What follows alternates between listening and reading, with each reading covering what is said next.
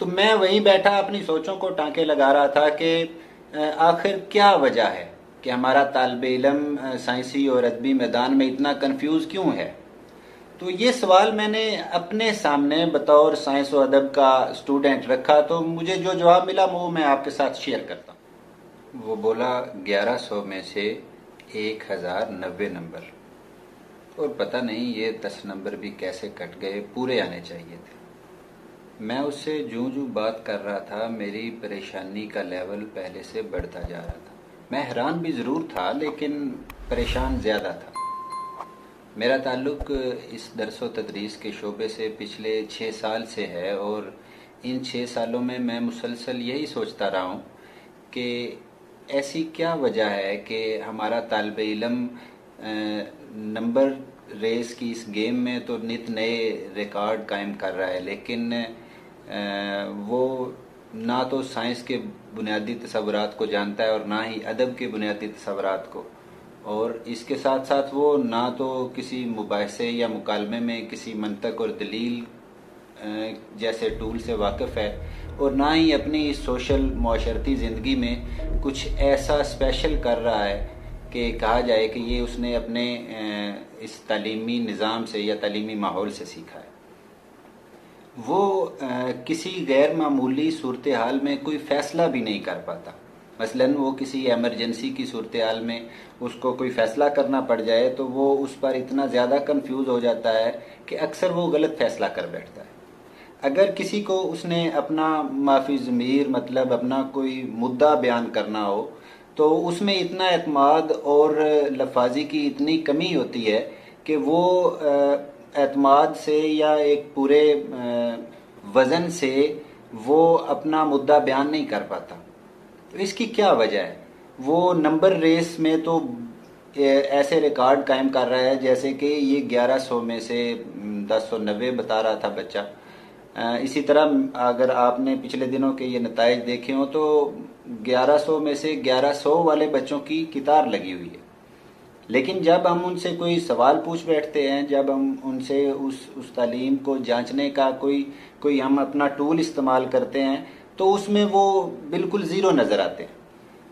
تو بات ہو رہی تھی اس بچے کی 1100 میں سے 1090 نمبر لینے کی. تو میں پریشان تو ضرور تھا، لیکن میں نے بتایا کہ میں حیران بھی تھا، اور اسی حیرانی اور پریشانی کی ملی جلی کیفیت میں نے سوچا کہ میں اس بچے کا تھوڑا سا کیلیبر چیک کروں کہ کیا یہ 1100 میں سے 1090 نمبر لینے والا بچہ ہے بھی یا نہیں. تو میں نے اس سے ایک سوال پوچھا کہ بتاؤ چیزیں ہمیشہ زمین کی طرف کیوں گرتی ہیں؟ تو بچے کا جواب سن کے مجھے بڑی خوشی ہوئی. اس نے کہا کیونکہ زمین میں ایک کشش موجود ہے، کشش ثقل، گریوٹی کہتے ہیں اسے. اس وجہ سے تمام چیزیں جو ہوتی ہیں وہ زمین کی طرف کھینچی چلی جاتی ہیں. مجھے واقعی سن کر خوشی ہوئی کہ بچے کو اس بات کا جواب پتہ ہے. لیکن وہ ساری خوشی فوراً ہی رفو چکر ہو گئی جب میں نے اس سے اگلا سوال کیا. میں نے اس سے پوچھا کہ اچھا زمین میں گریوٹی تو موجود ہے، کشش ثقل تو موجود ہے، یہ کشش ثقل کیوں ہے؟ مطلب یہ کیسے کام کرتی ہے؟ تو آپ یقین کیجئے اس بچے کا جواب تھا کہ یہ تو اب اللہ کی مرضی ہے کہ اس نے زمین میں ایک کشش رکھ دی ہے. اس کے ساتھ ہی میں نے اگلا سوال جوڑا کہ اچھا بتاؤ کہ اگر کشش ثقل کی وجہ سے چیزیں زمین پر گرتی ہیں تو پھر چاند زمین پر کیوں نہیں گرتا؟ تو اب کی بار بھی اس کا جواب وہی تھا. اس نے کہا کہ یہ اللہ تعالیٰ کا نظام ہے، اس نے نظام ایسا بنایا ہے کہ چاند نے وہی رہنا ہے اور زمین نے یہاں رہنا ہے. زمین کی کشش جو ہے وہ چاند پر اثر نہیں کرتی کیونکہ اللہ تعالیٰ کا حکم ہے کہ وہ چاند پر اثر نہیں کرے. میں اگلا سوال کرنے ہی والا تھا کہ اس بچے کا فون بجا، اور فون اٹینڈ کر کے اس نے کان سے لگایا اور خیر مبارک کا ورد کرتا ہوا وہ وہاں سے چلا گیا. ظاہری بات ہے کسی نے اس کو 1100 میں سے 1090 نمبر آنے پہ مبارکباد کا فون کیا ہوگا، تو وہ ان مبارکبادوں کو وصول کر رہا تھا. تو میں وہیں بیٹھا اپنی سوچوں کو ٹانکے لگا رہا تھا کہ آخر کیا وجہ ہے کہ ہمارا طالب علم سائنسی اور ادبی میدان میں اتنا کنفیوز کیوں ہے. تو یہ سوال میں نے اپنے سامنے بطور سائنس و ادب کا اسٹوڈنٹ رکھا، تو مجھے جو جواب ملا وہ میں آپ کے ساتھ شیئر کرتا ہوں. تو سامعین، دراصل ہمارا نظام تعلیم جو بیسیکلی دو حصوں پر مشتمل ہوتا ہے. ایک وہ حصہ جس کے ذمہ ہوتا ہے کہ وہ بچوں کو، طلباء کو تعلیم مہیا کرتا ہے، کتابوں سے چیزوں کو ایکسپلین کرتا ہے، بچوں کے ذہن کی نشو و نما کرتا ہے. اور دوسرا حصہ وہ ہے جسے ہم امتحانات کا سیکشن کہتے ہیں، کہ جو بچوں کو اس تعلیم والے شعبے نے انہیں علم مہیا کیا ہے، اس علم کو اسیس کرتا ہے، اس کے جانچنے کا طریقہ کار ہے ایک امتحانات کے شعبے کے پاس. تو یہ دو حصے ہیں. ایک حصے کا کام تعلیم دینا ہے، اور دوسرے حصے کا کام اس بات کا اندازہ لگانا ہے کہ جو تعلیم دی گئی ہے وہ کتنی کارگر ہے، یا بچے نے کس حد تک کچھ سیکھا ہے. تو بیسیکلی پاکستان میں پرائمری اور ایلیمنٹری لیول پہ تعلیم کے معیار کو جانچنے کے لیے جو امتحاناتی نظام ہے ایک، اس کا نام پنجاب ایگزامینیشن کمیشن ہے. اور اس کے بعد پھر میٹرک کے لیول پر اس معیار کو جانچنے کے لیے، اس اسیسمنٹ کے لیے مختلف بورڈز بنے ہوئے ہیں، اور وہ بورڈز اپنے امتحانات کے ذریعے پھر کچھ نتائج جاری کرتے ہیں کہ اس سال اتنے بچوں نے اتنے پرسنٹ نمبر لیے ہیں، یا اتنے بچے اتنے پرسنٹ نمبر لے کر کامیاب یا ناکام ہوئے. تو سامعین، بنیادی طور پر جو اصل مسئلہ ہے وہ اس امتحانی سسٹم میں. یہ امتحانی سسٹم چاہے آپ کہہ لیں سالانہ بنیادوں پر ہونے والے امتحانات ہیں، یا سہمائی یا ششمائی بنیادوں پر ہونے والے سکولز میں جو امتحانات ہیں، یہ ہر دو طریقوں میں یہ انتہائی فرسودہ اور یوز لیس قسم کا نظام ہے. اب دیکھیں، اگر بچہ جانتا ہے کہ سال کے آخر میں، یا اس مہینے کے آخر میں، یا 6 ماہ کے بعد مجھ سے یہ ایک 150 صفحوں کی کتاب ہے، اس کے 50 صفحوں میں سے، یا 100 صفحوں میں سے، یا ساری کتاب میں سے یہ والے مشقی سوالات ہیں جو پوچھے جائیں گے، اور ان کے جوابات جو ہیں وہ کتاب میں یہاں لکھے گئے ہیں. تو یہ کیسے ممکن ہے کہ بچہ ان سوالات کے جوابات رٹنے کی بجائے کسی تخلیقی کام کی طرف توجہ دے سکے؟ بچہ جانتا ہے اگر اس نے امتیازی نمبروں سے سال کے آخر میں امتحان پاس کرنا ہے تو اسے وہ سوالات ہی رٹ لینے چاہیے جو اس سے امتحانات میں پوچھے جائیں گے. مطلب کہ بچہ اپنے آپ کو اس سالانہ امتحان کے لیے تیار کر رہا ہوتا ہے. اسی طرح جو تعلیم دینے والے شعبے کے اساتذہ ہیں، وہ بھی جب جانتے ہیں کہ ان کی اور ان کے بچوں کی کارکردگی ہی اس بنیاد پر جانچی جائے گی جو سال کے آخر میں ان سے امتحانات لیے جائیں گے، تو سال کے آخر میں ہونے والے امتحانات کا ایک مکمل پیٹرن جو ہے وہ ان اساتذہ کے پاس اور ان طلباء کے پاس موجود ہوتا ہے، اور وہ اسی کو بنیاد بنا کے تیاری کرتے ہیں. امتحان میں جب کویسچن ہی یہ پوچھا جائے کہ قائد اعظم کے 14 نکات بیان کریں، تو بچہ سارا سال وہ 14 نکات یاد کرے گا، تو اس کا ٹیچر بھی کوشش کرے گا کہ اسے یہ 14 نکات اچھے سے یاد ہوں. وہ ٹیچر کبھی بھی اسے کسی ایک نقطے، کسی ایک بات پر کوئی رائے لینے کے لیے یا کسی تخلیقی کام کے لیے کوئی سرگرمی مہیا نہیں کرے گا. مثلا وہ اس سے یہ کبھی بھی نہیں کہے گا یا اس سے یہ سکھانے کی کوشش کبھی بھی نہیں کرے گا کہ بیٹا بتاؤ کہ ان 14 نکات میں سے کون سا نقطہ ایسا ہے جو صوبوں کی خود مختاری کی بات کرتا ہے اور آپ کی اس پر کیا رائے ہے. تو بچے کو جب پتہ ہے کہ سال کے آخر میں اس سے رٹے رٹائے چند سوالات پوچھے جائیں گے اور ان سوالات کے جوابات جو ہیں میرے پاس کتاب میں یا کسی کی بک میں، گائیڈ میں موجود ہیں، تو انہیں وہ وہاں سے رٹ لیتا ہے. تو جیسا کہ ہم نے کہا کہ تعلیم دینا اور اس دی گئی تعلیم کو جانچنا یہ دو الگ الگ شعبے ہیں. ہم فرض کر بھی لیں کہ بچے کو جو اساتذہ تعلیم مہیا کر رہے ہیں وہ اس وقت اچھی تعلیم، ڈگریوں اور کمیونیکیشن سکل سے آراستہ ہیں، لیکن بچے پھر بھی اپنی تخلیقی صلاحیتوں کا اظہار کیوں نہیں کر رہے؟ تو یہ ممکن نہیں ہے. یہ ممکن نہیں ہے جب تک کہ آپ بچے کو یہ باور نہ کروائیں کہ بیٹا آپ امتحانات یا اس نمبر ریس میں نہیں دوڑ رہے، آپ امتحانات میں زیادہ نمبر لینے کے لیے نہیں پڑھ رہے، بلکہ آپ نے کچھ سیکھنا ہے. تو سیکھنے کے لیے امتحانات میں جب وہ سوالات اس سے وہی پوچھے جائیں جو رٹے رٹائے ہیں تو وہ سیکھ نہیں پاتا. تو آپ کو اپنے امتحانی نظام میں اس اسیسمنٹ میں تبدیلی لانی پڑتی ہے، تب جا کے آپ کو کہیں مثبت نتائج ملتے ہیں. اب ہوتا ایسے ہی ہے کہ بچے اپنے سالانہ امتحانات میں سے 90%، 95%، 98، ایون کہ آج کل تو 100% نمبر لینے والے بچے بھی موجود ہیں، تو بچے 100% نمبر تو لے لیتے ہیں، لیکن عملی زندگی میں اپنے پیشہ ورانہ صلاحیتوں اور سکلز میں وہ بالکل زیرو ہوتے ہیں. ابھی آپ دیکھیے ستم ظریفی کے ہمارے یہاں جو عملی امتحانات ہوتے ہیں بچوں کے، جو پریکٹیکلز جنہیں ہم کہتے ہیں، وہ پریکٹیکلز بھی لکھے پڑے ہوئے سوالات ہوتے ہیں کہ آپ کو پریکٹیکلز میں بھی سوالات کے جوابات لکھ کے دینے پڑتے ہیں. شاید 5% حصہ ایسا ہوتا ہے جس میں آپ کو کسی تجربے کی کوئی سیٹنگ بنا کے وہاں دکھانی پڑتی ہے، اور اس کا بھی نمبر کا ویٹیج اتنا زیادہ نہیں ہوتا، بچے اس پہ اتنا زیادہ فوکس نہیں کرتے، وہ اپنے ان سوالات اور ان مروزیوں اور آبجیکٹیوز اور سبجیکٹیو کویسچنز کی طرف دھیان دیتے ہیں اور انہی کو ہی وہ رٹتے ہیں، ڈیفینیشنز اور اس طرح کی چیزیں. جو بین الاقوامی شماریاتی جو سینیریو ہمیں نظر آتا ہے، تو دنیا کا بہترین نظام تعلیم فن لینڈ کا کہا جاتا ہے.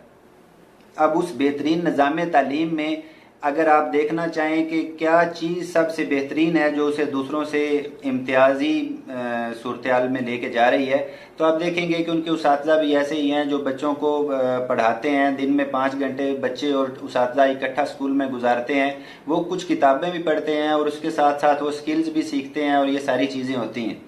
لیکن ایسا نہیں ہوتا کہ ان کو یہ کہا جائے کہ آپ کا اگلے مہینے ان بکس کا ٹیسٹ ہے.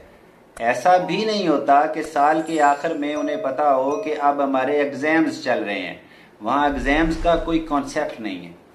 وہاں بچوں کی صلاحیتوں کو چیک کرنے کے لیے مختلف ایکٹیویٹیز کروا کے یہ دیکھا جاتا ہے کہ بچے کی لکھنے کی سکل کہاں تک پہنچ چکی ہے، بچے کی پڑھنے کی، بچے کی بولنے کی، بچے کی سمجھنے اور سیکھنے کی سکل یہ کہاں تک پہنچی.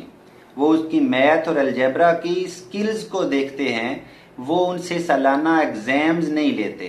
ہر ٹیچر اپنے بچے کے ساتھ پورا سال اس طریقے سے انٹریکٹ کر رہا ہوتا ہے کہ وہ سال کے آخر میں ایک 100 نمبر کا MCQs کا پیپر دے کے اس کی سکلز کو نہیں چیک کرتا، بلکہ وہ اسے کوئی ایکٹیویٹی، کوئی پریکٹیکل کام دے کے اس کی سکل کو چیک کرتا ہے. تو ایسا مسلسل پہلے 10 سال چلتا ہے.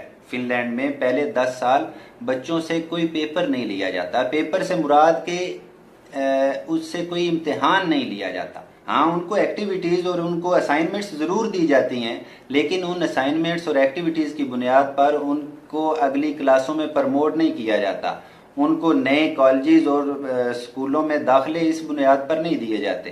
ان کو نئے کالجز اور اسکولوں میں داخلے ان کے اساتذہ کی طرف سے دیے گئے کامنٹس کی بیس پر دیے جاتے ہیں کہ یہ بچہ اپنی عملی پریکٹیکل جو اس کی سٹڈی ہے اس میں کیسا ہے. اب اس بچے کو جب نمبر گیمز میں نہیں الجھایا جاتا، مختلف ایکٹیویٹیز اور اسائنمنٹس اسے دی جاتی ہیں، تو پھر اس سے اساتذہ کے ساتھ ساتھ طلباء کو خود بھی یہ سمجھنے کا بالکل ایک موقع ملتا ہے کہ کون سا ایسا شعبہ ہے جس میں ان کی جو صلاحیتیں ہیں وہ باقی تمام طلباء سے بہتر ہیں یا امتیازی ہیں، تاکہ وہ مستقبل میں اس شعبے کو اپنے لیے بطور پروفیشن چوز کر سکے. تو امتحان دراصل ایک ٹول بنایا گیا تھا. یہ ایک ایسا ٹول تھا کہ جس کے ذریعے یہ تعلیم کے جو نالج کے ٹرانسفر والی ایک ہماری روایت ہے اس میں جانچا جا سکے کہ کوئی استاد کتنا کامیاب ہوا ہے اپنے طلباء میں اس نالج کو ٹرانسفر کرنے میں. تو بچوں سے امتحانات لے کے یہ پتہ چلتا تھا کہ کون سا ٹیچر کتنا کامیاب ہوا ہے. لیکن اس ٹول کو ہمارے یہاں ایک بڑے ڈیفرنٹ طریقے سے استعمال کیا جانے لگا کہ اس سے یہ چیک کیا جانے لگا کہ کون سا بچہ کتنا لائق ہے. تو اب بچے کے اس سالانہ امتحان میں نمبر کم آنے کی وجہ وہ بچہ نہیں ہوتا صرف، اس کا وہ استاد بھی ہوتا ہے. تو جب آپ چاہتے ہیں کہ آپ بچوں میں کوئی تخلیقی صلاحیتیں پیدا کر سکیں، تو آپ کو سال کے آخر میں ان سے اس سالانہ امتحان کی بجائے کسی نہ کسی اسائنمنٹ یا ایکٹیویٹی کے ذریعے ان کی اسیسمنٹ کرنی ہے، جس سے آپ دیکھ سکیں کہ بچے کی شخصیت کے کون سے پہلو ہیں جو زیادہ بہتر طریقے سے معاشرے میں اپنا فرض ادا کر سکیں گے۔ تو جب ہم امتحانات میں، اگر ہم سالانہ امتحانات لینا بھی چاہتے ہیں، تو جب ہم امتحانات میں سوالات ایسے پوچھیں گے جن میں کانسیپٹس کے بارے میں بات ہوگی، جن میں نظریات کے بارے میں بات ہوگی، جس میں ہم بچوں سے ان کی رائے مانگیں گے، طلباء سے، جس میں ہم طلباء سے کسی بات پہ کوئی تجزیہ مانگیں گے، تو اس کے نتیجے میں بچوں کی جو اندر تخلیقی صلاحیتیں ہیں وہ ابھر کر سامنے آئیں گی۔ ان میں سے بہت سے بچے ایسے ہوں گے جو اس سوال کا واقعی ایک ایک جوڑ الگ کر کے تجزیہ کر کے رکھ دیں گے، بہت سے ایسے ہوں گے جو اپنی منطق اور دلیل سے اس پہ ایک کوئی اپنا مدعا بیان کریں گے، بہت سے ایسے ہوں گے جو اپنے ادبی سینس اور لفاظی کی مدد سے آپ کے اس سوال کا جواب دیں گے اور اپنی رائے دیں گے، بہت سے ایسے ہوں گے جو سائنسی نقطہ نظر سے اس کو کسی ہائپوتھسز یا کسی تھیوری قانون کی بیس پر اپنا جواب جو ہے وہ آپ کے سامنے ریکارڈ کروائیں گے۔ تو یہ جب آپ سوالات پوچھیں گے، اس طرح کے سوالات پوچھیں گے اور اس کے نتیجے میں بچے اپنی صلاحیتیں آپ کے سامنے رکھیں گے، تو پھر آپ اپنے اس تعلیمی نظام میں سے بڑے نام پیدا کر سکیں گے۔ آپ کا کوئی بڑا سائنسدان، کوئی بڑا ادیب، کوئی بڑا مفکر، کوئی بڑا سوشل لیڈر یہ تب پیدا ہوتا ہے جب آپ کے طلباء اپنی تخلیقی صلاحیتوں کا لوہا منواتے ہیں۔ انہی طلباء میں سے یہ سارے لوگ نکل کے سامنے آتے ہیں۔ اگر آپ کسی رٹے رٹائے نظام کے تحت کسی بچے سے امتحانات لیتے ہیں تو اس کے نتیجے میں بے شک آپ کے پاس 1100 میں سے 1100 نمبر لینے کے بعد بننے والے ڈاکٹرز اور انجینئرز بڑے قابل ہوتے ہیں، لیکن وہ اپنی سوشل لائف میں اتنے زیادہ ایکٹیو نہیں ہوتے کہ وہ کسی بھی تحقیق یا تحقیق جیسے کام کا حصہ بن سکیں، بلکہ وہ کوئی بڑا کارنامہ تک بھی انجام نہیں دے پاتے۔ اور اس کی سب سے بڑی وجہ ہمارے نظام تعلیم کے ساتھ جڑے ہوئے اس فرسودہ امتحانی نظام کی ہے۔ یہ اس وجہ سے ہے ایسا سارا کچھ۔ اگر آپ چاہتے ہیں کہ بچے کوئی تخلیقی کام کریں، بچے اگر نمبر 80%، 70% بھی لیتے ہیں لیکن اس کے نتیجے میں وہ کسی تحقیقی کام کا حصہ بنتے ہیں یا کسی تھیوری پہ اپنی کوئی رائے یا اپنی کوئی تنقید دیتے ہیں، تو یہ اس سسٹم کی زیادہ بڑی کامیابی ہوگی، بجائے کہ آپ 1100 میں سے 1100 نمبر لینے والے اسٹوڈنٹس پیدا کریں اور جو نظام تعلیم ہے اس کو اس حد تک کمرشل کر دیں کہ تعلیمی ادارے جو ہیں وہ 1100 میں سے 1100 نمبر لینے والے بچوں کی تعداد کی بنیاد پر اپنی ایڈورٹیزمنٹ کرتے پھریں۔ تو ناظرین، اگر آپ کو ہماری آج کی یہ ویڈیو پسند آئی ہو تو آپ اس کو لائک ضرور کیجئے، اور اگر آپ ہمارے چینل پر نئے ہیں تو چینل کو سبسکرائب کیجئے اور ساتھ میں بیل آئیکن کو ضرور دبائیے گا۔ ملتے ہیں ایک نئی زبردست ویڈیو میں۔